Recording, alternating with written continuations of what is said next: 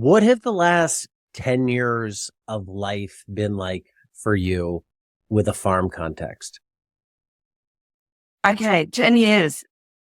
This is the whole time that I have been growing. I have to say that I've always been around agriculture. I've always been around living rurally. So going farming wasn't such a great adventure for me. It was just a wild ride that I turned it into something personal and it was my own business instead of just being a lifestyle thing. I didn't expect it. I was a FIFO mum, so my husband worked away sometimes for 200 days a year. We had 3 kids. They went to the local school, and we had come to live back outside. We lived in every port city in Australia because he was in ships. We came and lived in some really beautiful country just outside Brisbane. Beautiful climate. We have no frost, beautiful soil. And I just, of course, fell into developing a veggie garden just for our family. And my husband suggested, why don't you put a few of those little veggies of yours out on the front road for a farm gate store? And just meeting the Sunday drivers who stopped in to pick up obviously tiny little bags of chilies and limp bok choy, just sensing the intrigue that they had with people who were actually growing the food and selling it to them, lighted something in me. And then it, with the help of Diego Footer and Curtis Stein, turned into what I'm doing today, which is a complete 180 of what I would have been doing otherwise. Yes, initially just a straight up hobby, something to do Yeah. for fun, take up the time, and Teach the kids about food. some people Yeah. bought some stuff, and the rest is history. Now it's a business.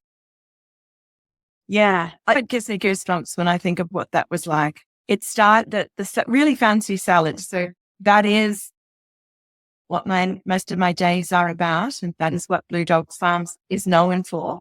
Blue Dog Farm came from me initially doing the first profitable urban farming course with Curtis, and we can talk later about the technology that was involved, if you like. And from that, I realized that I wasn't close enough to my markets to be able to sell little bunches of pak choy or carrots. And honestly, I'm not a detail person. So I really quickly evolved into just throwing in leaf crops and growing them only amending for leaf crops too, growing them really well and then throwing them all in a bag. It seems to be much easier for me. No crop planning, no season planning. Now or then or both, still now. So Yeah. your initial approach when you were gardening, I'm sure, was we're going to grow a little bit of just different things that we like to eat, things that are fun to grow. When you made the switch to commercial farming, doing it as a business, did you arrive at greens straight away? Hey, I'm going to focus on that, really get good at that, and then go from there? No, it was pretty haphazard. I realized that it was very hard for me to only be able to supply. Oh, I should say my market garden, which I can see out the window right now, is as big as a tennis court. And I can't make it any bigger just because of fencing and the house, etc. And so I want to get really good at that tiny space. So growing coriander, pak choy, what did they say? Dollars per bed foot per day? Was it? Coriander and pak choy, I really like that because their shelf life is so short that I wasn't able to make any money out of it. So the high value leaf crops gave me a platform to develop a product that was really high quality, high value, and build a name for that. And that's what's became now what you call the really fancy salad. So I didn't name it. The customer's name. Before we get to the naming, what is that? Because I'm sure we'll touch on that a bunch here. Yeah, it's this morning. So I've mentioned to you before we started, we've had 3 months of cloud and the garden's really struggling to grow. So I've been running around the orchard and the house garden, just nipping tips, which might seem very labor intensive, but every now and then I have to do that really hard grind to keep volumes turning over for chefs. And I'm sure the sun will come out and the garden will step up again, but I just need to keep that supply going. It will always contain Mizuna beet greens, red purple Mizuna, 3 microgreens, peas, sunflower, and radish, and then tips of all the perennials. So I use chives, parsley, red vein sorrel, so the perennial red vein sorrel, a lot of flowers, a lot of petals. So it looks like a very colorful, bright green, very attractive mix with a lot of different flavors. Cranberry hibiscus is another one. So it's a bunch of greens and flower petals essentially in a bag. That's it. The process is quick. I'm all done within 3 or 4 hours making 20 kilos. So I don't use, I use a tilther. Don't use a greens harvester for harvesting though. I use a box cutter, a cleaner cut. I can always see very quickly if the leaves aren't up to quality.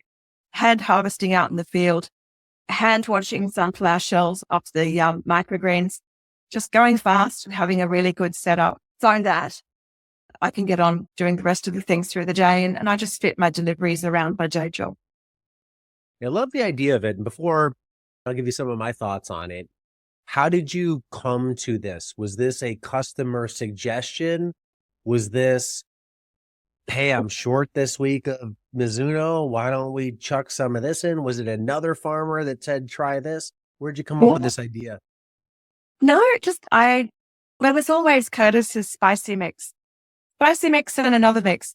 And I just expanded on it. And now it is about 10 different leaves every week.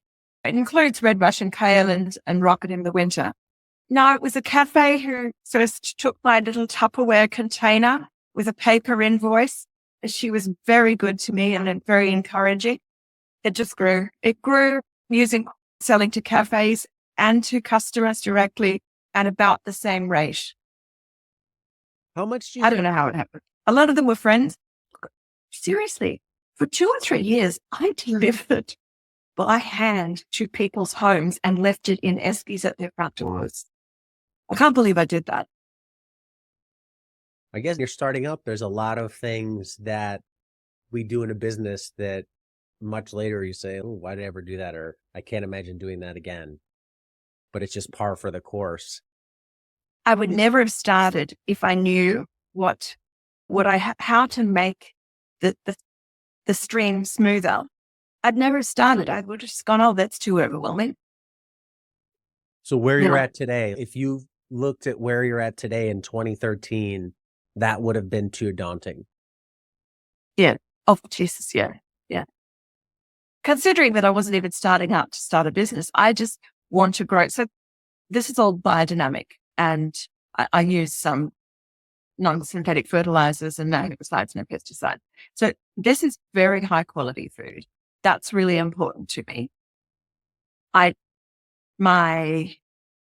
spiel, my stick, my religion is for people to eat the highest quality leaves that they can every day. Consumers, I should say, and chefs have responded to that belief that what they're getting is so good for them. Yeah, that's one thing I love about the mix is you're instantly differentiated from salad mix. The standard mescaline mix over here, you'll find it. It's just, it does vary seasonally, but it's usually like spinach, maybe baby Swiss chard, beet greens, some sort of lettuce in there. Bit of grated carrot. Yes, but not in a straight lettuce mix. And it's the only colorful thing in it. Yeah, if that. And they'll have some purple lettuces, but it's greens and purples. When you start adding all those other things, you not just bring the colors, the textures, the flavors, so you're standing out.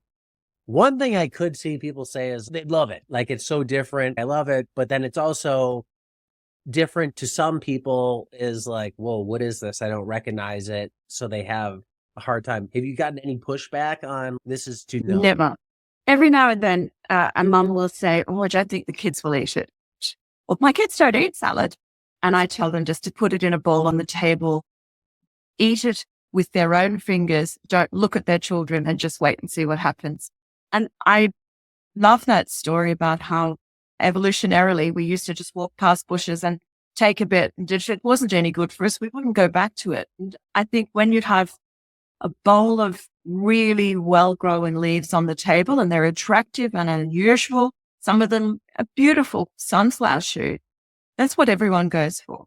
You eat it, it's got an amazing texture and that nutty flavor. They go back for it. And little kids know what's good for them deep down. Just takes them a little bit of time, I think. Yeah, if I look at how I originally got into this, it was through the health vector. That really kicked off my journey trying to eat healthy, which was then turned into gardening, which turned into eventually where we are today, almost 20 years later now.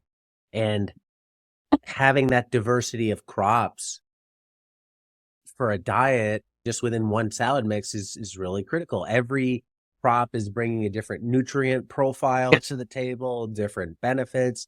They have different root depths, so they're doing different things versus people who just eat a standard iceberg lettuce. I'm not as big of an iceberg hater as some people out there, but that's like you get the nutrient package that comes with iceberg. Here you got whatever comes with your Mizuno. Hydroponic iceberg. Yeah.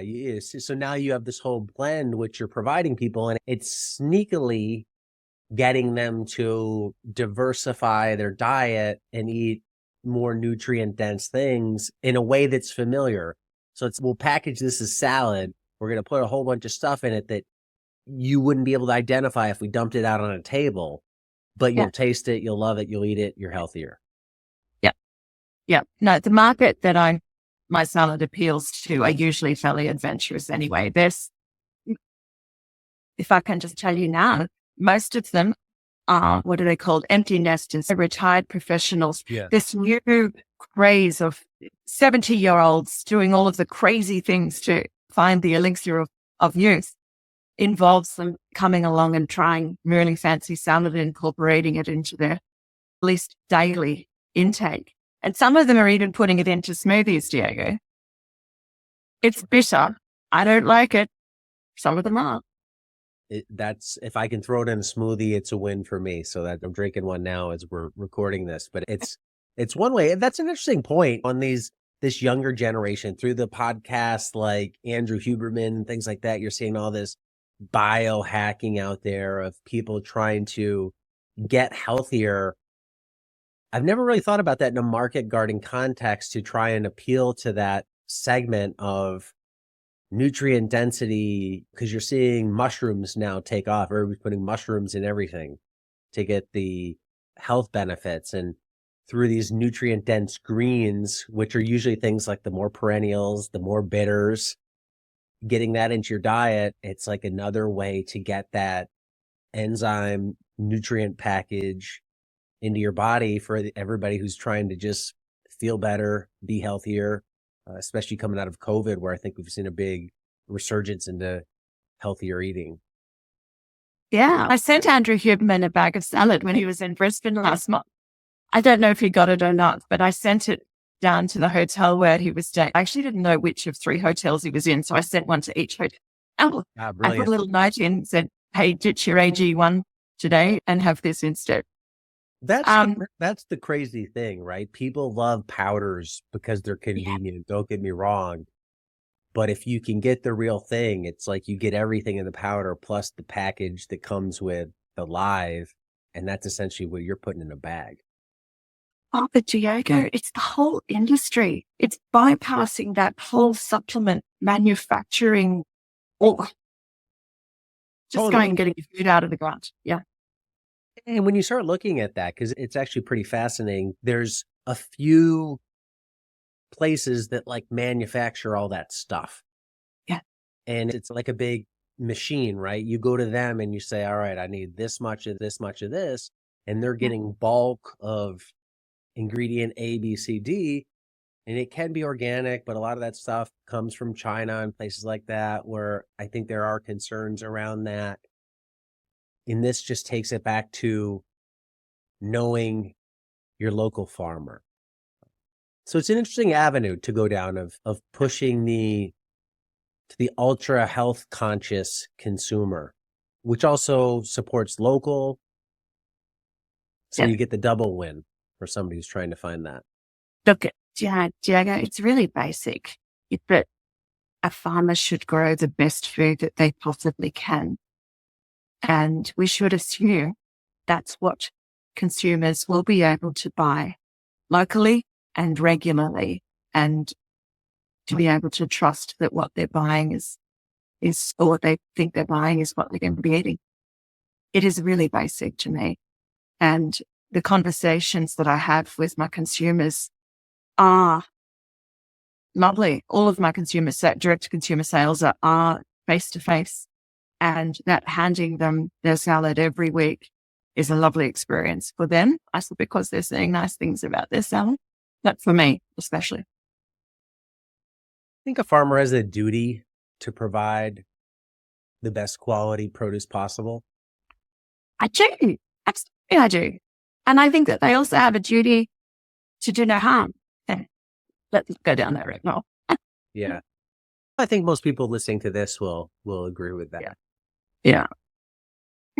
From a business standpoint, the great thing about this mix is I'm assuming you don't have set ratios or set recipe.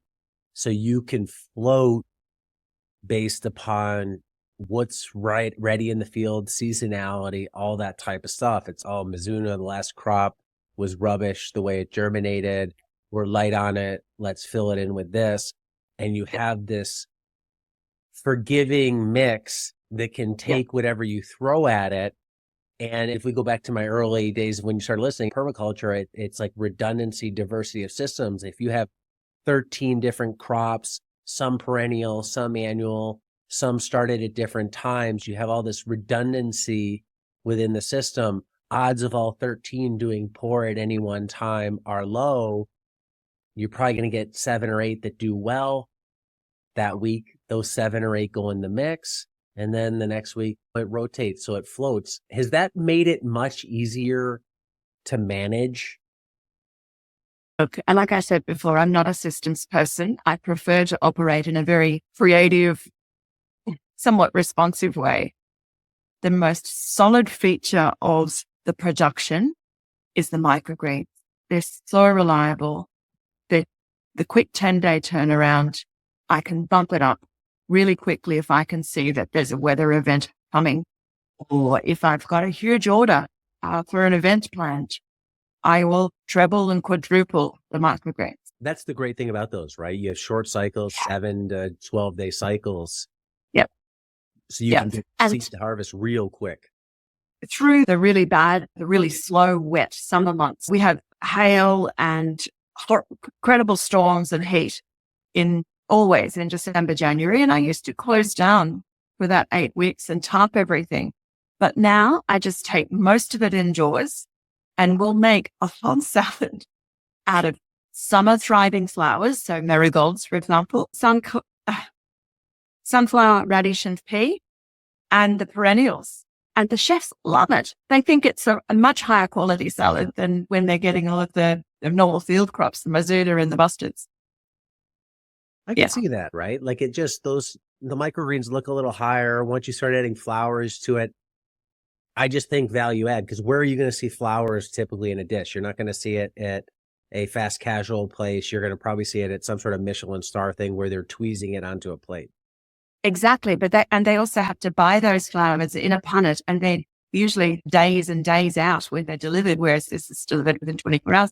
The flowers are already in the mix. They look like confetti. The flowers aren't really important as far as nutrition goes, obviously. That's just it's a nice branding gimmick, and it's also, it makes your meal a bit more fun. That consistency of the microgreens also is because they are so heavy. All of the pea, the sunflower and the radish are really reliable. Sometimes the elk mustard will yield at about half that weight. Yeah, they're so dense. Sunflower seeds, I'm thinking of that. Sunflower shoots, right? You're carrying a lot of weight there. Yeah. Flowers. What flowers have you found successful to use in these types of mixes? So I use 3 different flowers, and then there are some others that we add in when we get the opportunity. Every now and then, so the standards are the marigold. So oranges and reds, I really love the African marigolds, which have got a nice big flower, and they will flower for a very long time, and they're self-seeding, so they just pop up wherever they like. And I have got some growing in raised beds so that, because I'm a little old lady, they're easier to pick. And we always use the dianthus, which I don't love. They're light and a bit fiddly to pick, but they really add an unusual pink color to the salad. And there are always some pineapple sage flowers around. What's really nice to drop in there for its peppermint is some rocket flowers or mustard flowers. So every now and then, if we get an aphid pressure, we'll let a bed go to flower to bring in the lady beetles. And beautiful big buds of the rocket or the mustard, it's going to come out in a pale pink or a yellow. It's really attractive in the salad. It makes it look even a little bit more wild and feral. And when you get a marigold head, flower head there, it's just quick, pull the petals apart. Yes, really quick. Yep, exactly. Yeah, you do see a lot of edible flowers sold as whole. I don't think you could ever do that with the marigold, but the dianthus as well, we pull off. So it's just something that is edible and not bitter. What do you get for this mix, dollar-wise? $68 a kilo. So a kilo is about 13 liters. Okay, so that's Aussie dollars. So that's like $45 a kilo. Is it? Okay. Interesting. Which is 2.2 pounds. Oh, thank you for doing this, Matt. So I should have done it for you. Everybody can hang on while I do a bunch of math. So that's Well, $20 a pound. That's hot. It's good. $20 a pound. And this is selling it in large quantities, right? This is not by the 1 kilo bag. No, the consumers buy a quarter of a kilo bag. Okay. How many ounces is that? And that's it. That will last a family for a week. There are a few people who will buy 2 bags regularly. But if you have it a little bit once a day, it will last you for a week, and it will never go off or slimy. I don't know about what it's like over there, but here the salad that you buy in a supermarket will turn to mush in a couple of days. With this, you get to eat it all the right way to the end. Yes, it's about half a pound for a quarter kilo. Okay. And so what's the price on a quarter kilo? $17. Okay, so $17 for half a pound. I've only recently taken the price from $60 a kilo to $68 a kilo. And always when you put the price up, you have your heart beating a little bit, thinking, what if people complain that it's too expensive and I'm embarrassed and they'll think I'm greedy? No one bats an eye, either in hospitality, and I charge the same price to hospitality as well. In hospitality, all the people who come and buy it to feed their family, no one is batting an eye at that. Which is good. So let me circle back to that. So yeah, you're at $11.25 for half a pound. I think anybody here would say that's great if they could get that. Do you think you could get that price if it was straight Mizuno? Or Mizuno, like another, like lettuce? Absolutely. The pricing thing I think is interesting. Talked to several new farmers recently, and it's hard when you're new to price things. Where do I set my price? And there's this unknown when you haven't done it. You start too high. Somebody says no. You start too low. You're leaving money on the table. Yeah. And you just talked about right when you're most vulnerable. Right. So you raise prices a little bit and you're like, I don't know. Are people going to like this? They don't bat an eye. What advice would you have to new farmers or people that have trouble setting prices just based on your experience? I actually coach in my day job. I look after small food and ag businesses, about 50 of them in our region. And I love coaching them through that really difficult phase of scaling and managing their costs and paying themselves. So I go through their prices with them, really detailed. I love it. I love it. And I do believe that our community, and I'll say Queensland or even Australia, are beginning to understand that good food does cost more. we've just had a huge supermarket scandal with the duopoly that we had in collusion and price settings. So people are very skeptical about what that faceless corporation, Food Incorporated, is providing us with. I am very clear with my members that the customers are really happy to pay someone who has a face a little bit more. And they just need to own their pricing, stand in their boots squarely, and say, this is what I need to be able to stay in business. If someone asks, otherwise you just assume that that the customers accept what you've asked is fair.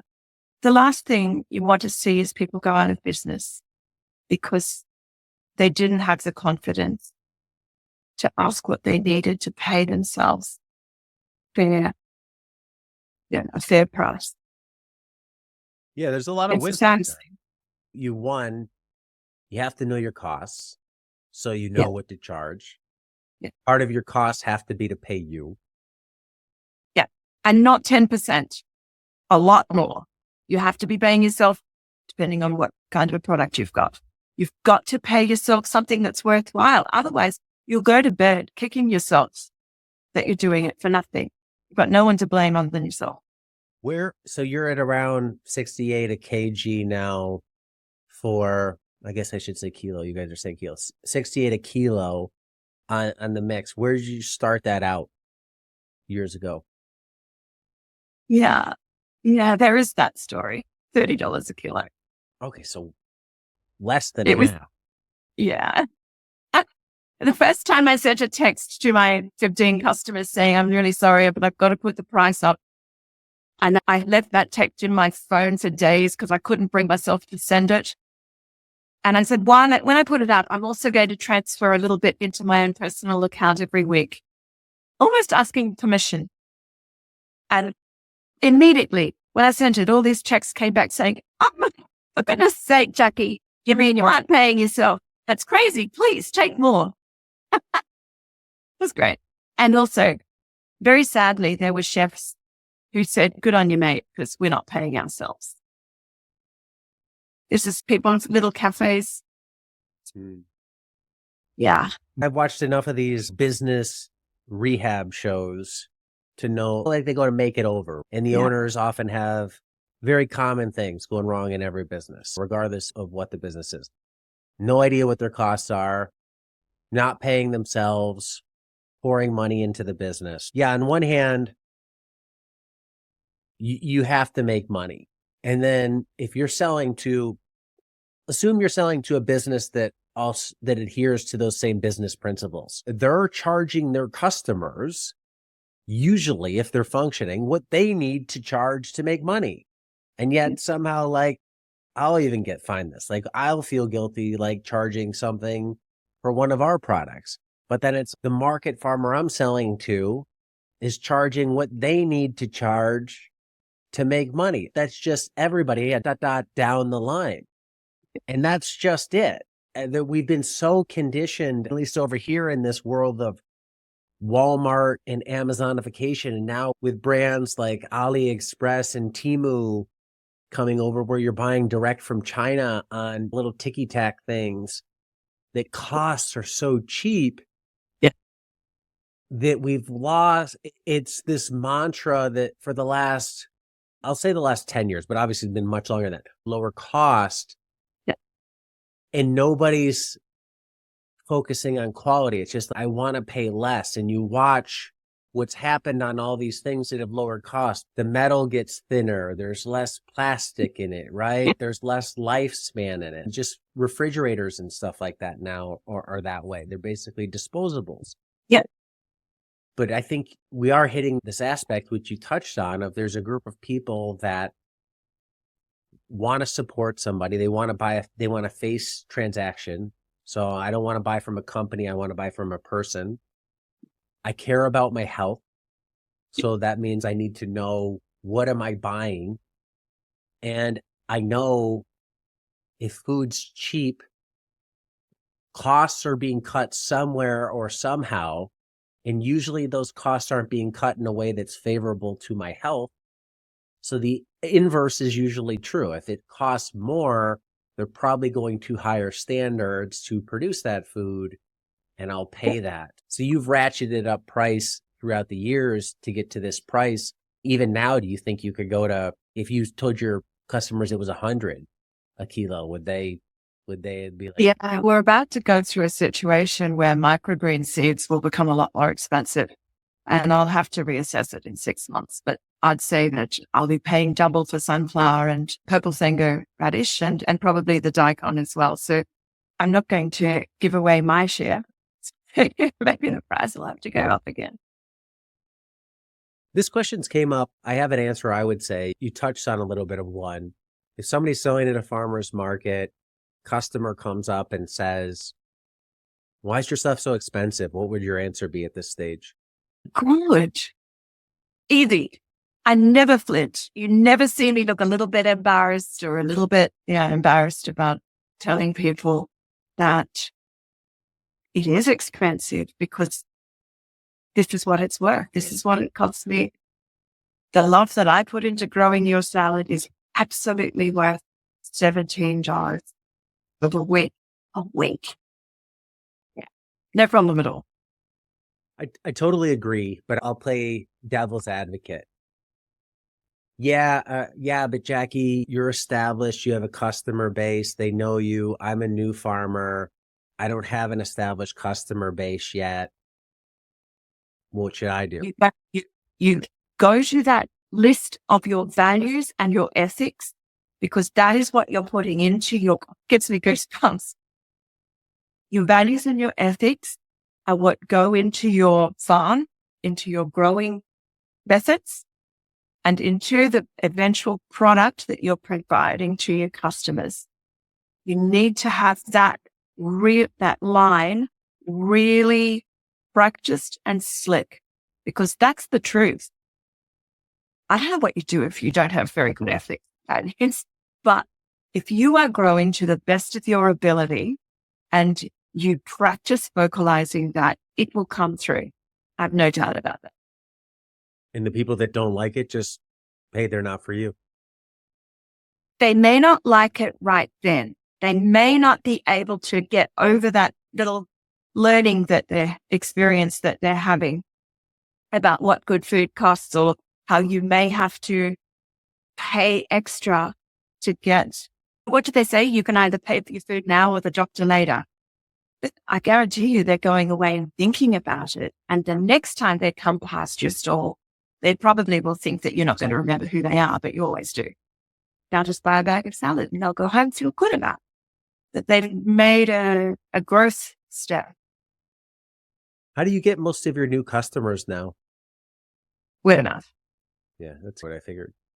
I don't know if we're going to speak about RACO now, but all of my direct consumer sales are through RACO or through the farm gate stall out the front. What's RACO for people that, the RACO ring. Yeah. Got it. RACO ring. We started that at the beginning of COVID and it's just consistent. I do 3 rings a week. That's where people go. And we're just about to start doing a lot more social media marketing in that. So one's in a fancy suburb and we need to target the primary schools in that area. And there's some barefoot bowls clubs and a few places where people congregate. We've got a really good list of vendors that are all grass-fed meats and vegetables, gluten-free breads, and all of the sort of the health-focused products that we're expecting that we should be able to dig ourselves in deeper in those good suburbs. Yeah, you started that in COVID. Yeah. And it wasn't a thing in Australia prior to that, right? Yeah. And that's taken off for you guys, worked really well? It's amazing. There are only 6 rings in Australia. It does take a kind of tenacity that I think a lot of producers don't have the time to show. It includes building the strength and commitment of the vendors who are standing next to you. And obviously the tenacity to hang in there week on week and be reliable. Essentially, you are running a farmer's market in addition to so there are only 6 in Australia. We incorporated RACO so that we would have access to grant funding and the doors of our government agricultural development departments. I did have a really lovely experience a couple of years ago where a community was recovering from a cyclone. And someone in that community already knew about RACO down here, invited me up to show them how it worked because they really wanted to find a shorter, more profitable market stream. We set that up and it's going great guns. Right on. Yeah. For people that want to check that out, I'll be sure to link to it in the past. Done a couple episodes on that. But I always thought it was an interesting model. It is. It's been the coolest thing for so many small producers in our area. This is all around Brisbane. Do you know how I found out about it? I don't. I listened to a podcast. This guy, Diego Footer, interviewed Buddha Browett. I don't remember Buddha's farm, but he's an Australian who's farming in Sweden. And he was telling you about RACO. And I heard it and I thought, oh, yeah, we don't need that. Everything's sorted. And then the day that COVID happened, I went, what am I going to do? I can't go out and just deliver to houses. So I set up a RACO ring. And then in the morning, realized that I'd done that and had to find some other vendors to join me. I got a granola maker and an egg producer. And within a month, we had, 10 or 15 producers. And we had to have traffic control because it was drive-through so that we could have this COVID safe distancing. People put down their driver's side window as they're driving past and we just jerk it in. How many vendors are in a ring now, the ring you're in? One of them's only got about 10 members. But altogether, in our district, there are 38 vendors. Some of them are just little honey producers that come when their honey's flowing. We've got a lot of bakers and bakers, so making sweet treats as well as some sourdough. Veggies, meat, all the meats. We've farmed fish.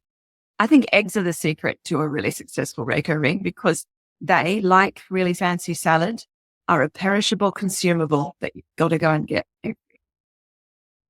Keeps the regulars coming back and again. Yeah. What's the platform you manage that on? Facebook? Yeah. Do you know, we tried, when we incorporated, we thought we'll go to this fancy e-commerce platform. It was a big disaster. Everyone said, no, we miss the chat. It's so boring. It's so sanitized. It's just like going to the supermarket and buying online. So it's not convenient for payments because I don't know if it's the same elsewhere in the world, but here you can't have a sale happening in the car park. That would be illegal. So they have to do transfers before pickup, which is good because you know that the orders are solid. So we're using Facebook again. And there's a big section of the market, potential market, who don't use Facebook. So we just encourage those people to message us.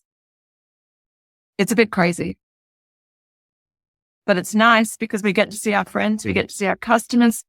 When people are driving through, how dirty their car is, how many kids they've got, their dogs are in the car.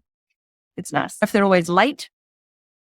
And what percentage of your sales come through that again? 30%. 30%. Okay. 60% to restaurants. 40%. 60 to restaurants, 30 to RACO, and 10% out. Okay. Yeah. This just goes to show, like, there's no one method. If you go back to when you started this, you mentioned you took Curtis's course, like there's a method that worked for him. Yeah. And some people get so stuck on just replicating what's there. If they do that and it doesn't work, then this doesn't work. But it's within whatever method it is, whoever's teaching it, there's some principles to at least say, all right, here's a path. And you're going to have to take what's here and maybe reshuffle this deck and put it in a different order to get to where you want to go because your market's a little different, your personality is a little different, how you do things. You have an alternative salad mix that's working. You have a alternative business model. RACO, I'll say it's by far not a common method that you see people using. It's definitely out there, but those are unique things that work. It's not, I'm selling salad mix at the farmer's market. I'm selling salad mix through my CSA, which is what a lot of people do. And then they do that and it doesn't totally work. And that's not to say if they copy what you're doing, it'll work, but it's, hey, there's more than the same 3 cards in the deck that everybody's trying to play. It's you got to look at the other 49 cards and start playing those and see where you can hit on. Ah, you do.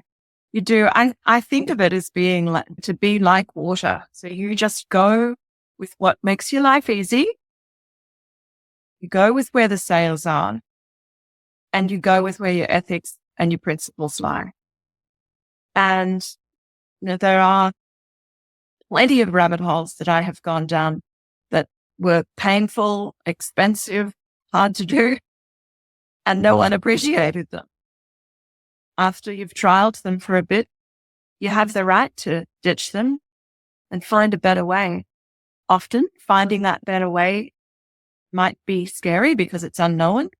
It might be an investment that you think may not pay off, at least, and you never know, it might pay off. Yeah.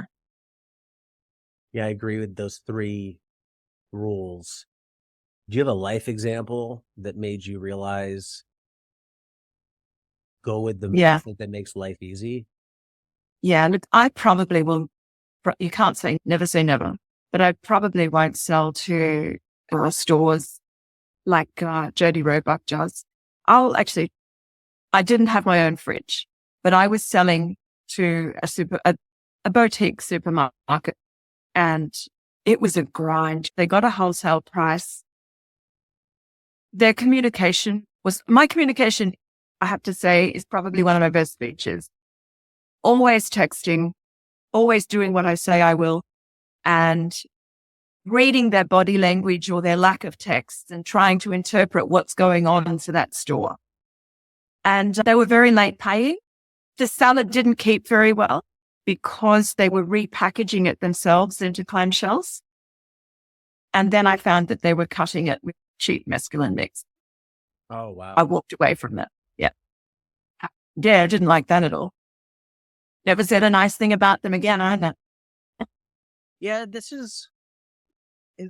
it's maybe where desperation takes over, right? I think when you're desperate, new, ignorant, maybe some combination of the 3, you do things you don't necessarily want to do. I mean, I don't think this is just in business, this is in life. Young people are stupid. I was stupid. You do stupid things when you're young.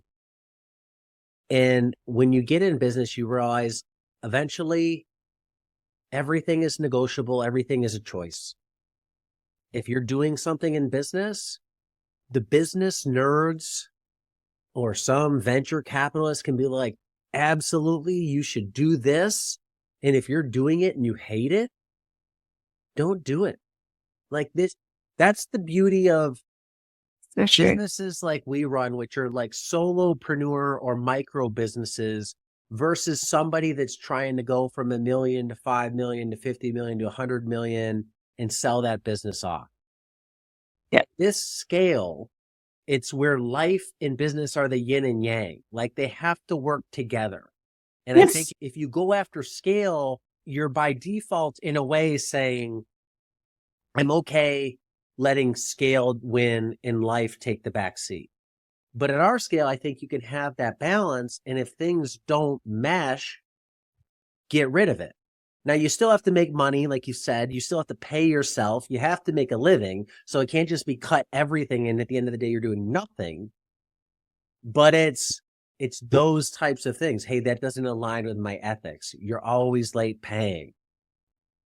I don't like going here. Then if it doesn't make a difference, don't do it, or find a way to slowly get out of it and scale something else up to transition out of it, because you always have that choice. Yeah, you do. You do. You got to be able to sleep with yourself at night. And I think standing up for what you believe in is a doorway to a maturity that you never go back from. This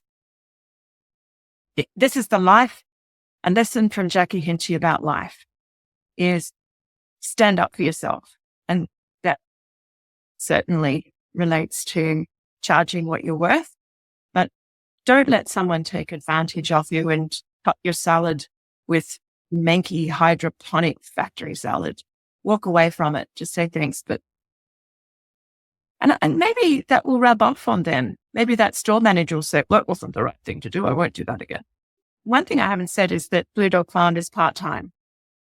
So I make salad on Mondays and Fridays. And obviously, it is more than 2 days. I have to make sure that the irrigation is running in the garden, and I'm always checking on the microgreens. But harvest days are the only days that we work on salad production. So I have 2 people that come up, they job share. They'll spend 4 to 6 hours Mondays and Fridays churning beds. And it's quick churning. We've got lovely soil now. We use tarps over each bed to break them down. We use the tilther, we use a single row jane, and it's 10 days and you've got crops coming again. So very quick turnaround, low energy, low commitment. The only issue I have is that I have to have someone here. I can't go for more than 24 hours because the microgreens are not automatic watering. Right. So that's only 2 days a week, plus mornings and evenings a check-in. The rest of the time I work for that Food and Agribusiness Network, which is a network that helps small food and ag businesses develop in our region. And the rest of the time is a cattle and farm and life. How would you classify your business? It's obviously profitable. Like you're in it to make money. Would you say this is a side hustle, hobby, something you do for a social good? How would you fit it in? Yeah, I'm really clear about that. I've had to mention it a few times, writing articles and that sort of thing. I see it as a 3-circle Venn diagram where I have got Blue Dog Farm, RACO, and BAN, the Food and Agribusiness Network, as 3 complementary activities where I develop my skills through all 3. I make connections and introductions and provide resources through all 3 of those. So it's very nice overlap that gives me a real kick. So I get the benefit of saving time and effort. They're not 3 separate entities. And I become known or reliable as being someone who can help because I know the industry, whether it be from a production, a connection, or a market stream point of view. Being nice. And I didn't plan it, remember? I was just a FIFO mom. If I killed Blue Dog Farm, would I kill part of Jackie? No. I thought about this a couple of years ago when my marriage ended and I had to go, okay, maybe I need to think about moving on and I can take Blue Dog Farm somewhere else, or I just walk away from it and stop producing. Haven't had to make that decision. I always want to remember your business is not your life. And I'd like to think that I could go to the United States and move into a commune, have a totally different life. That's a surprising answer. That's not how I would have guessed you would have answered, because you seem like somebody who it brings you a lot of value. And I'm not saying it defines you, but it seems like it's a big part of who you are. But maybe I'm misreading that. Interesting coming from someone who's been podcasting for 15 years. Would you walk away from it? I don't know. Yeah. To be honest, I don't know. Sure. If I guess the first bit would be hard. Yeah. But I have to figure out what I'm doing. That's the part. I've done this since day one when I didn't make any money doing it. It really doesn't even, to be honest, pay now. Sure, you can construe it as marketing for what I do. I'm recording this now later in the day when I'm really done for the day because I want to. I don't have to do any of these, but I really enjoy doing it. I enjoy having the conversation, connecting with people, and then just knowing this will help people down the road. So yeah, I think if I hung it up, I'd feel like it'd be the end of a chapter. That's all. That's exactly right. You get another line. How cool is that? Most people only have one. That's it. And yeah, it's make your impact while we're here. The very reason that I would not like to leave here, it's not Blue Dog Farm business. It is that I was just thinking about this morning when I was picking marigolds. 4:30 a.m. and I could hear the birds and I thought, oh, they're opening my stomata. You've heard about bird song, studying plants. I think that's what it is. Just living here and being in touch with the daily cycles, the yearly cycle, and being able to walk down the paddock in bare feet, walk around cows is really important to me. So yes, I could close the blue dog farm. I just couldn't move into the city, into an apartment of it. What about this? Given the wisdom you've accrued of a lifetime, what would you say to a 20-something who has interest in this space, doesn't really know what they want to do with their life, what direction they want to go in? What advice would you give them? Really admire the interns who I see, the woofers, who are traveling and working on farms and having exactly that experience. I'm guessing that you're talking about lost young people who are interested a little bit in farming of some sort. Go and travel the world and work on farms.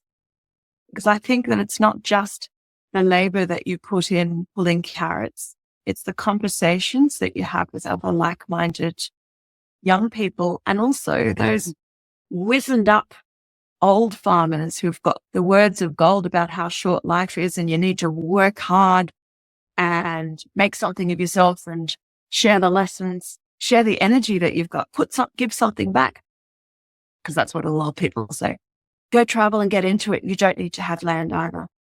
That is, I think it's such a method. It really bugs me. Yes, you have to have land if you want to do something crazy on a big scale that is infrastructure heavy.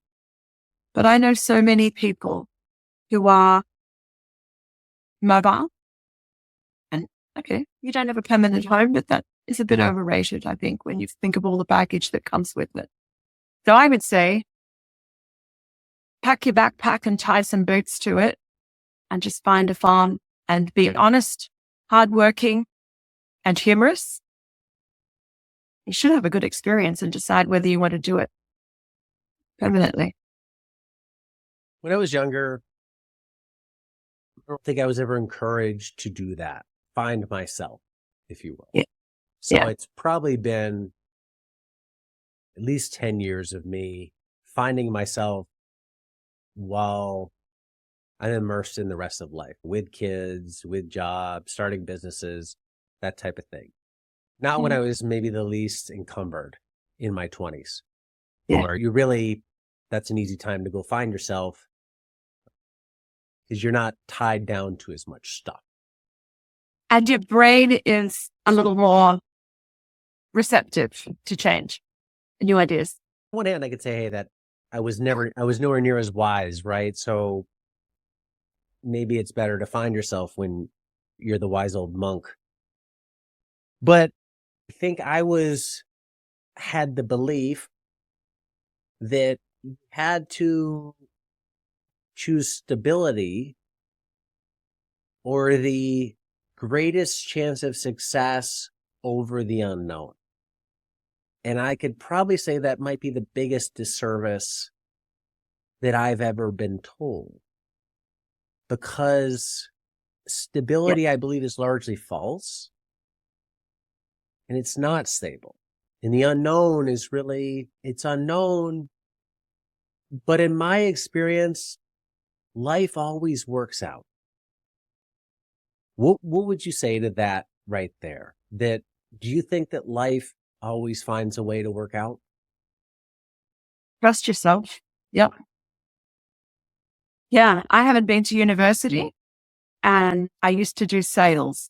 I sold these fandangle new pieces of technology called mobile phones when they first came out, and they were as big as a concrete block, and it was all crazy. There was someone coming in to compete with the telecommunications company that had been around since Alexander Bell. I sold real estate. Same thing. It didn't take certainly had no relation to what my parents thought that I should be doing. So I haven't been to university, have only been a salesperson and a mom, did mumming full time. And that was so important to me. Really glad that I did that. And now I've just fallen into this crazy life of growing food and connecting up other food growers. And it's really nice to sit with the people who I've come across in the last 20 years and yarn with them in a very calm, quiet, contemplative way and find out that their lives and my life are better for having known each other. It's almost like a tribal thing. Come to this place and there's trust, community, and we all feel like we're doing good. So these are mostly other farmers. We're doing good with the time and the land and the skills that we have. Not a bad feeling. It's a philosophical question. Look, at the same time, there are so many mornings that I jump out of bed completely bats and I have nowhere near enough hours to get all the things done that I need to do, and I miss phone calls and get exhausted. So it's not all sitting around gazing at my navel. But you're in a good place now, having done what you've done. Would you? And eating all those bags of really fancy salad helps too. Yeah, exactly. So now you're in the proper nutritive state for your mind to be able to process these thoughts clearly. I think so. That's the Blue Dog Farm party line anyway. If you had started Blue Dog Farm before you sold the phones and the real estate, would you be in the same place today? No way. There's no way I could have done that. I was with Chicky Babe with a briefcase and no. See, that's the question I asked myself. I really started business maybe at 33, something like that. If I had started at 23, could I have done it? Same person, right? Same drive. I don't think that changed. Maybe it hadn't been ignited, right? Like it was just latent below the surface. Obviously less life experience and wisdom, 10 years of life accrued a lot. And it begs this question, which is never answerable. Did everything I did before I started lead to how I perceive and handle what I do today? And does that necessarily make the path I'm on, was it more efficient, equal, or could it have been less?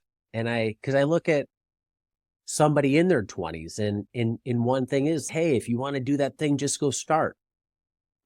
And then part of it is maybe you're not ready and you need to do some other stuff until you're ready.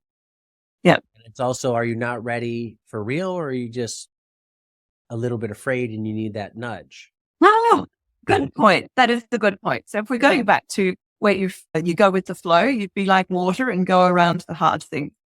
Sometimes you do need to smash up against the hard things, like doing some study, switching over from full-time work to part-time work so that you can scale your farm. That's a hard bump. The time that you spend thinking about it is painful. Probably more painful, but making the decision is more painful than actually doing it. Yeah. Saying all of this is a moot point because we just do what we do.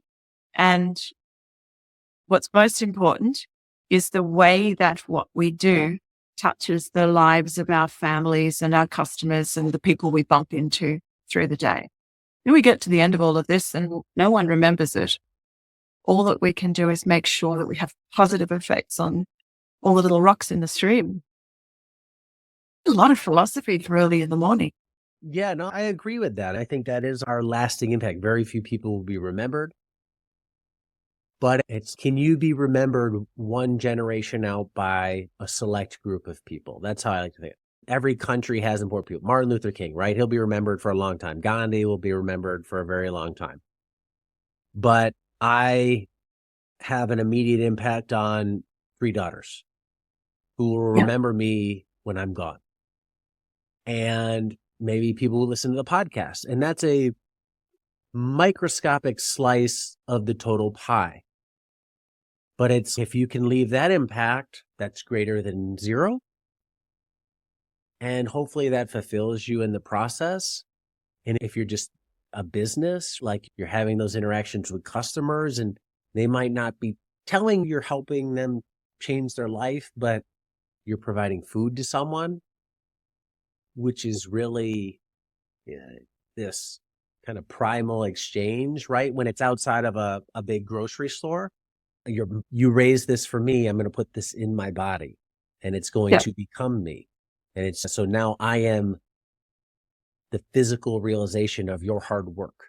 I don't think it's all that much difference to that bucket of aerobic bacteria that I've got out in the brewer at the moment. That's all we are. We don't have a lot of say in, we only influence the microbes that we bump up against. Right? You do what you can. And I think you have to be content with that. And I think the key, at least up to this point in the episode, is for me, it's enjoy what you do. There's not a right path. Find your way there. The flow like water. When you think back at farming, when you first went down this path, I don't want to give you a set number, but are there anything that you thought it would be like going in and you've totally disproven those assumptions? So for new people, you're going to think X, but Y. Yeah. Is there anything that comes to mind for that? Yeah. I thought it would help me get my shit together, but actually I just run my business in a very creative, responsive, crazy way. I thought that my business would change me, but actually how I am has influenced how my business is. And it's not all bad. The first thing I do in the morning is check my Xero account. I never lose orders, mess up chef's orders, but I didn't expect that. I really thought that I would turn into a cookie cutter, tidy, organized business owner. Didn't happen. So this is the part It's been great. Blows my mind. I'm very much businesses like processes. That's not to say there's not an art to it. There definitely is at points, but it's like line items. How, and not everybody's cut out that way. How have you managed, you don't crop plan. You said it's like you're feeling it out. How, and I guarantee you're not alone. And there's many people that want to puke at the thought of crop planning or do anything else in the world besides that. You've made it work. How have you matched your, I'll say, mental lean towards not wanting to go that rigid route to making the business function? Because at the end of the day, it's got to get done. How it gets done, there's many ways to get it done. And the traditional route is you crop plan and you boom. You have a different route. So what advice would you have to say, all right, you don't have to crop plan, but you also just can't completely wing it either, because I'm sure that doesn't work. It's the Xero spreadsheet. It's the financial software that includes the forecasting. And I made myself love it. Actually, you know what? Probably the secret to that was having employing an accountant who is a friend, a really bossy friend. He doesn't speak to me a lot, but I know that he can see my software. So I do not want to go under. So maybe it's a little bit of a negative twist on how all of this turns for me, but I am in love with Xero. It's the first thing I do in the morning, and having the value of the harvest on the cut sheet, both the Monday orders, the Friday orders, and the weekly total is really important. So I am always working to maximize what's going on for the week. And I am so excited if it goes over 25. So not so happy at the moment. What's the data you're looking at on those sheets to help make decisions? Just forecasting how I can, every customer has their cycle, and I try to increase their frequency of buying or increase their volume of buying by giving them a great experience usually, or dropping into new chefs. I tell you, I've got a secret. It's a new tip. I am finding that I have more success by going to restaurants who I have researched are a part of a chain. So we have quite a few groups, restaurant groups in Brisbane. They're usually well-known restaurants. They're where really fancy salad is priced at going in. They're usually a few different styles, a bit of Asian, Italian, whatever. But that makes it really easy because even if they change their menu and drop the salad from one restaurant, they'll bring it into another restaurant. And I'm speaking to the same people all the time. That's nice. So you mean Sometimes like, they even have a central kitchen that I can deliver to. you mean like a group that might own 10 restaurants, not like Applebee's, which has a million. Yeah, I gotcha. Okay. If you don't crop plan, is it the fancy salad mix makeup, given that it's a bunch of this, a bunch of that enables you to just say, look, I plant a bed of Mizuta, and when it's gone, I do another one? Or you just have in your head at this point, like, I have this many beds, I have to keep cycling. How do you not end up with too much at one time that goes to waste?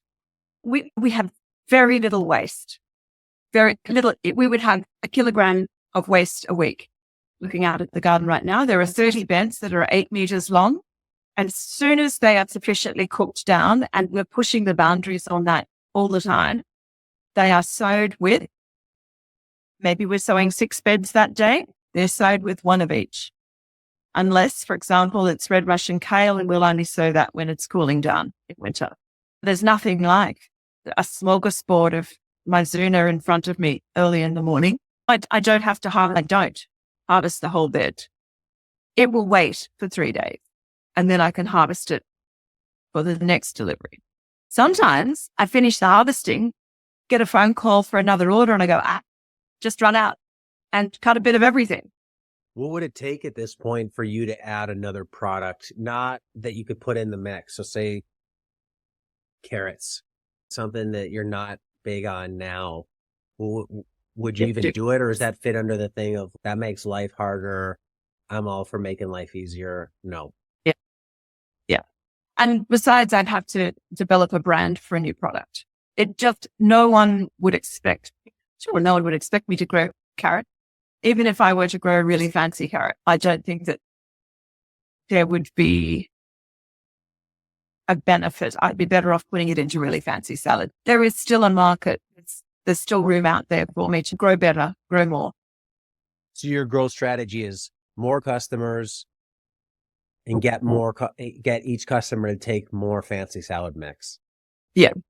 Yeah. In the same area, the tennis court. Yeah. Yeah. How much, that's another thing that we haven't really hit on. So many people think, I want to grow, I need more land, but they're most likely not even maximizing what they have. If I go back to permaculture, I always look at Toby Hemingway's book, Gaia's Garden, and the whole idea of having just a suburban homestead maxed out and just how much you could do on that. Yet everybody who gets into permaculture wants 100 acres to do a million things. And you're doing like the same amount of work. You're just spreading it out over more acres at the end of the day. You're walking further. Right. So where do you think you are in terms of capacity on your given land base? Are you halfway there? Do you think you could double production on the same land base? So there are a couple of leakages. Is in that we've got a shade house, which is probably 10% maximized at the moment. So there's a whole lot of growing that can happen in a little 5 by 8 meter shade house. The garden itself, still, if you include time in that, as in there are shoulder seasons that I miss, and I would probably amp up production in those areas in those times. I would say I'm at 80%. I'm actually the couple who work for me are moving onto this land in September, and they will be working hours in return for rent. And with that, we will be able to fill up that extra 80%. Sorry, extra 20%. How important is growth to you? Some people, you have the RACO, you have the other agribusiness thing you're working with. If you double Blue Dog Farms revenue, is that a factor? Is it a goal? Is growth? It's not a goal. It is limited by my time. So I'm not putting in any more time. That's it. There are no more hours in my day, but I can do a whole lot of smarter things. I can get that land producing more. It doesn't take a lot more time to do that. That's other people's labor. No, I want to increase sales, but without any more time. I don't mind having all of the costs of goods increase, but I'm maxed out. I was up at 4:00 this morning shelling sunflower microgreens. I'm done. Listening to podcasts. That's one benefit now that we have of that work. How do you prevent work leak in your day? You don't have time. You don't want to add more time. There's always something to do on a farm or in a business. You could work 24/7, 365, never get it all done. What have you done personally to make the work manageable and learn to say no to the business? That's it, isn't it? Saying no. Look, I do have a thermostat. I know there's a feeling that I get of being a bit rashy in my head, and I just need to take some time out. And sometimes that means inserting an ocean swim into my delivery run. Sometimes it means spending time down the paddock fencing or moving cattle more often just to get more downtime. The other work that I have involves a lot of events, and that I find, although I'm an extrovert, I really need to come home and recharge. Yeah, my thermostat does tell me when I need to go for an ocean swim or sit around a fire pit a couple of nights in a row. What about, to start closing this out, advice for people who are older that want to start farming? Why don't you ask? How would I know about it? No, I know. We're not in our 20s. I'll just say that. Nobody's saying the age is exactly here.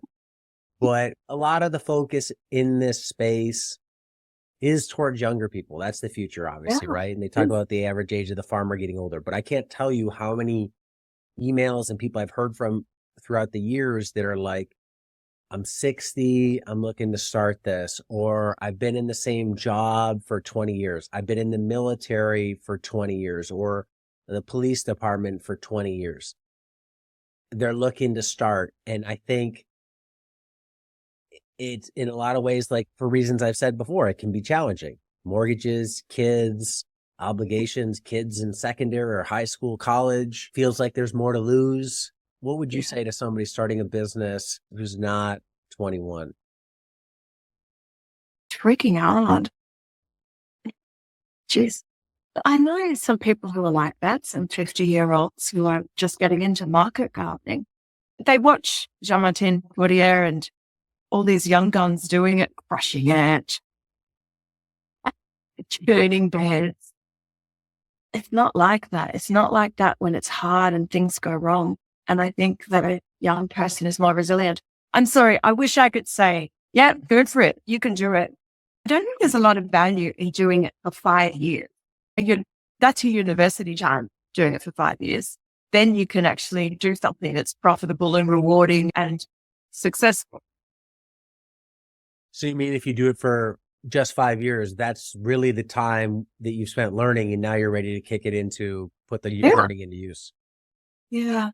Unless you're smart enough to do it really low key, just do it in your backyard. Just grow food for 2 families. Just have a subscription box with your neighbors. Start like that, maybe. I'm not qualified to tell anyone to do anything. I just think, be aware that it's really hard. That it might. I was going to say, how much value is it in scratching that itch? If you hadn't done this, would you have? Oh, for me? Yeah. Would you have wished you had? If you hadn't? No, I wouldn't even. If I hadn't have discovered this brand new fandangled app called Podcast and gone, I want to listen to some permaculture stories, thinking I'd get Bill Mollison talking, and I got you, there's no way I would have ended up where I am today. So I fell right into that morning into Curtis Stone talking about spin farming. Never knew it existed otherwise. There's no way I would have done it. And to that end, we've just covered market gardening there.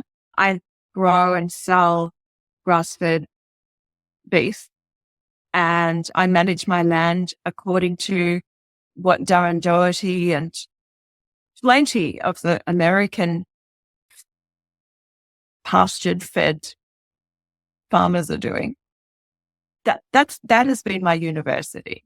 I wouldn't have come across it if it weren't for Diego Footer podcast and having to start long drives in cars. I think I'm not the only one with that story. I wouldn't have done it. I wouldn't have done it.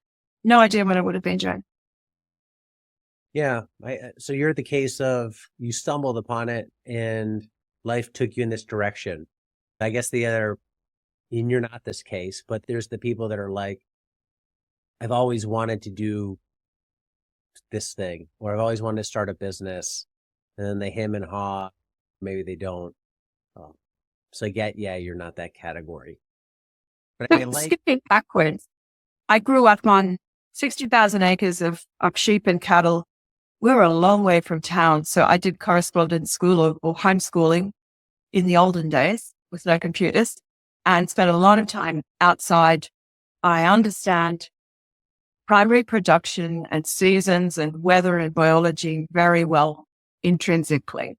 And I have always been frustrated that no one else is like that. All the people who live down here close to the city have no clue where their food really comes from. And I've always been a bit distressed about it. But I didn't know that I'd be able to tell that story, demonstrate it, and make a difference in each customer's life. Any words of closing for people out there that you have that we haven't touched on? Don't want to underplay the importance of the role that you have played in it. Even though I've only met you this morning, the fact that you came into a podcast feed in 2013 and changed my life and changed the life of my customers, changed the life of the other small producers that I look after in my day job. And you showed my daughters how life can really start after a woman has finished mumming, and I've built a business and really successful and rewarding career in food production, and something that's really healthy and good for people. It's not just a day job that I clock off from. This is my life's work. So I'm really pleased that my daughters see that. When I told them that I was going to speak to you, they went, oh, Diego, Gio, I remember him from the school guys. I don't think they took any of it in, though. I don't think they learned anything from you. Yeah, maybe subconsciously they did. And it's been cool because I started this on a whim, and I was thinking about this over the weekend of this podcast.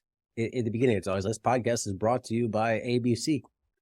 And really, it's my message for this podcast is brought to you by you, the listeners, because it has been a cycle of putting stuff out, getting comments back that's just stoked the engine and kept it moving down the tracks. And it's cool to see the ripples from the stone that I've thrown into the water.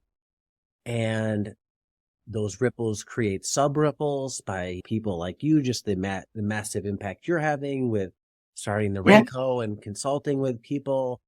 It's cool to see. And it goes back to something I thought about at the beginning. It's so many people felt helpless, and I'm sure they still do today, of how do we make a difference in the world?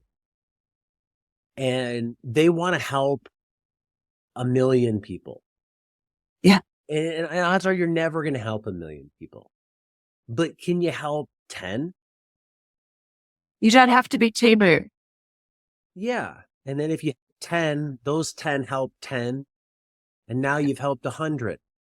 And it compounds from there. And whether you're growing food for 50 customers, you're making a difference. Whether you're helping to promote this industry, you're making a difference. You share this podcast with somebody who goes on to do something, you're making a difference. And there's, That's right. somebody who listens in your area and supports your farm, they make a difference. And there's just these little things you can do. And I think that's where big change starts. It's you don't need to do big things to make big change. You can do small things and make You can big farm changes. small and farm smart to make those big changes. Yeah, exactly.